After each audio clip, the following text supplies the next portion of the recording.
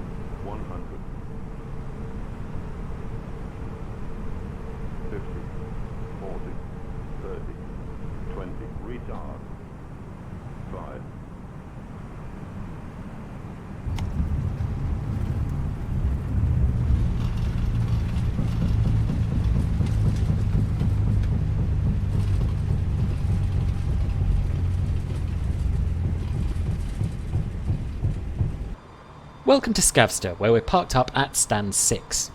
There are no jetways at this airport, but we do have a full complement of ground services available. So let's make a start on our airport tour, and we'll begin by looking at the modelling and texturing of the main terminal building. My initial impression on arriving in the aircraft was that this was very nicely built indeed. The modelling's pretty detailed, and the textures, while they're not the highest resolution and they do look a little bit blurry as you get up close, are nicely weathered and pretty convincing looking. The signage, where it really counts, is nice and crisp with high resolution textures used, so you won't notice any blurriness here whatsoever. The roofs are not super detailed, they do look a little bit blurry, and they're not three-dimensional, so we don't really see the corrugated metal as we should. There's also a little bit of flickering around the window frames here. There are some really nice details included, however, such as this Welcome to Stockholm Skavsta sign, which has been very nicely modelled and textured and looks sharp even when you get up really close. It's also worth pointing out that it is fully three-dimensional.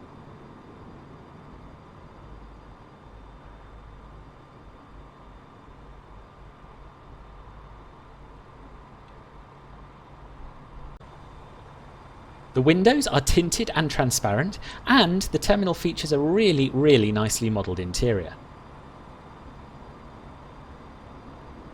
We've got a lot of detail included without any apparent impact on performance. So we've got seating, we've got doors, we've got signage, and the whole thing just looks very convincing indeed.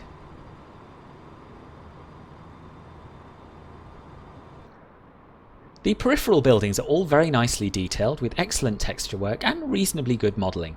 This control tower, for example, has tinted glass, and as we go inside, you'll notice that the tint is retained.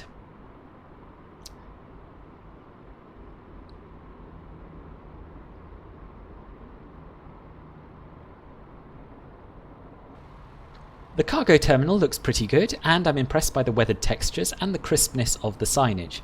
If I had one criticism, it would be that the model could do with a little bit more detail. It's just a little bit too boxy. Similarly, the roof is very uniform and clean, so I'd have liked to have seen a little bit more weathering up here. But these are very minor points. The fire station looks pretty good. I really like the weathered textures on the front, but again, the roof to me just looks a little bit too perfect and clean.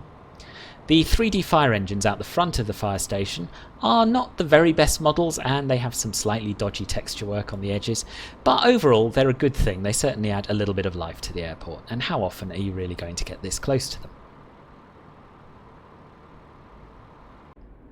This is Apron 4, and once again the textures are very good on the front, a little bit too clean and basic on the roofs, and again I'd like to see a little bit more detail in the models. This clean line on the edge here just doesn't quite look real to me. But it's a minor point, and I like what they've done overall. You'll notice that there are 3 static aircraft parked up, 1 Wizz Air and 2 Ryanair, but I have good news for you. Simulations have included 2 separate downloads, one with static aircraft and one without, so everyone's a winner, and that's really nice to see. There's a reasonably good amount of ground clutter included with this scenery, and it's made up of a mixture of default Asobo objects and some custom ones like these Skavsta air stairs.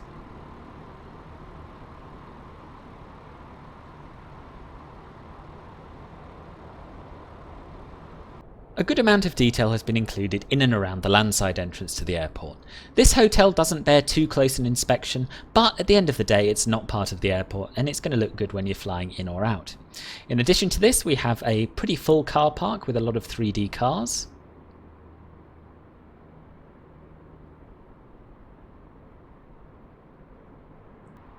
And the actual entrance to the airport looks really very nice indeed. We've got a huge amount of detail, including appropriately liveried buses, picnic tables, signage, lights, all sorts. It feels very, very real.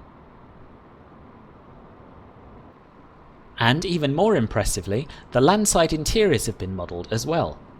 So this is the departures hall, which is very nicely done.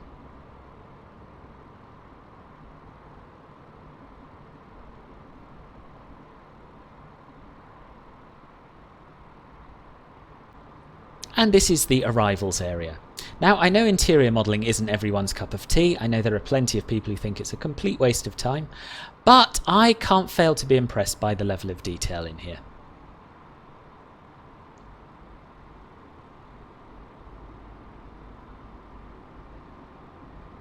It's ground texture time now, and I'm afraid to say that the ground textures are not this airport's strong suit. There's nothing inherently wrong with them, they're perhaps a little lower resolution than I would like, but the main issue is that they just don't match the real airport that well. The real Skavsta does have concrete slabs here over the apron, but they're not all cracked and full of weeds like these are. So that's a little bit of a disappointment. It sort of feels like this airport's been abandoned. The taxiways look slightly better, they are the right colour and the right material, but I'm not a big fan of the blurriness in between the asphalt surface and the concrete slabs. The ground markings are a bit of a mixed bag. These red lines to me are far too bright and cartoony looking, but the rest of the markings are absolutely fine. The yellow taxiway centre and edge lines look very good, they're not too bright, and we also don't have any nasty jagged edges around corners. The same is true for the white roadway markings. The grassy areas look pretty good. There's a good variety of colours and textures of the grass. There are a few areas where the blurry satellite imagery shows through, but my understanding is that there isn't a lot that developers can do about this without slapping far less realistic grass over the whole thing. And I didn't notice these on the taxi-in, so really no biggie. The taxiway signage is crisp and easy to read. And the runways don't look too bad at all. The markings are accurate, there's a realistic amount of rubber around the centre line. The one thing that lets them down a little bit is the repetition. You will notice a repeating pattern in these rubber marks as we move along. The night lighting at this airport is really very good, particularly the apron lighting, which looks very realistic indeed. The terminal windows do look slightly too dark, and that flickering around the window frames is slightly more pronounced at night as well. However, I know it's very tricky to get night lighting right through tinted windows in this sim, so I think we can give them a pass. It doesn't look dreadful, and when you go inside you'll see that it is lit absolutely as you would expect it to be. The landside areas look very good by night, with the exception of the magic floating orbs, and there's nothing that add-on developers can do about them as far as I'm aware. Here's Skavsta in the rain, and the ground textures support the default reflections and puddles very nicely.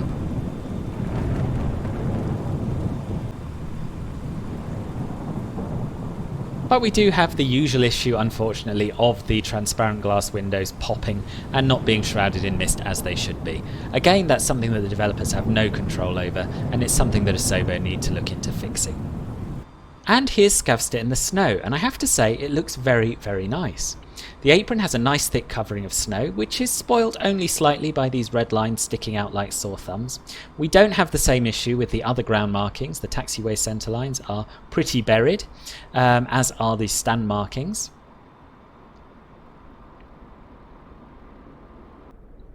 And the runways look very realistic indeed. They have a light covering of snow, but they look like they've been cleared and a little bit more snow has settled. I haven't seen any runways that look as realistic as these in snowy conditions in any other payware scenery, I don't think.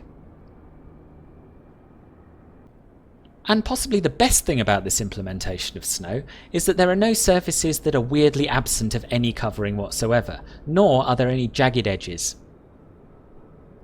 So, great job. So what do I think of Simulation Skavsta overall? I think it's good. It's not mind-blowingly, wow, it feels like I'm really there good, but it is good. The building textures are a little blurry if you get close, but high enough resolution to look crisp from an aircraft cockpit. They're nicely weathered and they look realistic. The quality of the modelling is not amazing, but it's good enough in my opinion. The ground textures are a bit of a weakness, but the night lighting's very good indeed, and the snow implementation and interior modelling are among the best I've seen. If you want to fly to Skavsta and you spend the €17 on this scenery, I think you'll probably consider it money well spent. I hope you found this review useful. If you have, do please click the thumbs up button, subscribe to the channel, and if you'd like to support me to do more reviews like this one, you can donate via streamlabs.com/filbertflies. Thanks very much for watching, and I hope to see you again soon. Bye bye.